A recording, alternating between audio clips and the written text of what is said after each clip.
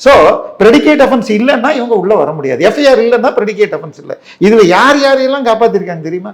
நம்ம இப்ப தம்பி சார்னு ஒண்ணு வந்துச்சுங்களே டாஸ்மாக்ல ரெய்டு பண்ணப்போ, ஒரு தம்பி சார் என்ன பண்றாரு, லெட்டர் அனுப்புறாரு டாஸ்மாக் எம்டிக்கு, டெண்டர்லாம் போடாதீங்க, எங்க கட்சிக்காரனுக்கு ஆபத்து வரும் FL2க்கு. அதுக்கப்புறம் இந்த கம்பெனிக்கு தான், இந்த பிராண்டு தான் நீங்க வாங்கணும் அப்படின்லாம் எஸ் தம்பி சார்னு ஒரு பதில் கொடுக்குறாரு.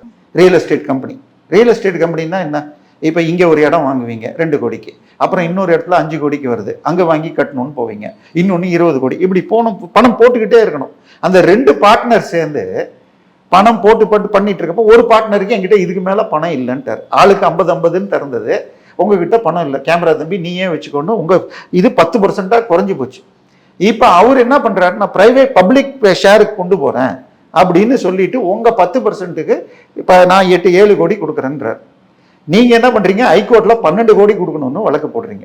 இந்த நிலைமையில அந்த உதயநிதி ஸ்டாலினுடைய நெருக்கமான தம்பி சார் ஒரு அட்வைஸ் கொடுக்க, உங்களை மாதிரி நான் சொல்றேன் அந்த 10% ஷேர் வச்சிருந்தவர் போய் அசோக் நகர் போலீஸ் ஸ்டேஷன்ல கேஸ் கொடுக்குறாரு. என்னை இவர் ஏமாற்றிட்டார். அவர் என்ன பண்றாங்க, அவர் வீட்டுக்கு அப்புறம் இடி ரெய்டு போய் 460 கோடிக்கு டாக்குமெண்ட்லாம் எடுத்தாங்க. அவரு கொடுத்த உடனே ஆகஸ்ட் 14ஆம் தேதி அன்னைக்கு கூட்டிட்டு போயிட்டு 15ஆம் தேதி கோர்ட்டு கிடையாது, 36 மணி நேரம் அவருக்கு சாப்பாடு கொடுக்காம ஒரு 500 கோடி கோடீஸ்வரனை மிரட்டி அவர்கிட்ட இருந்து அவர் அக்கௌண்ட்ல இருந்த ஒரு 10 கோடிக்கு செக்கை கரண்ட் செக் வாங்கிட்டு மீதி 50 கோடி, நீங்க கேட்டதே 12 கோடி தான், 50 கோடி ரூபாய்க்கு போஸ்ட் டேட்டட் செக்கை வாங்கி அவரை விட்டுறாங்க.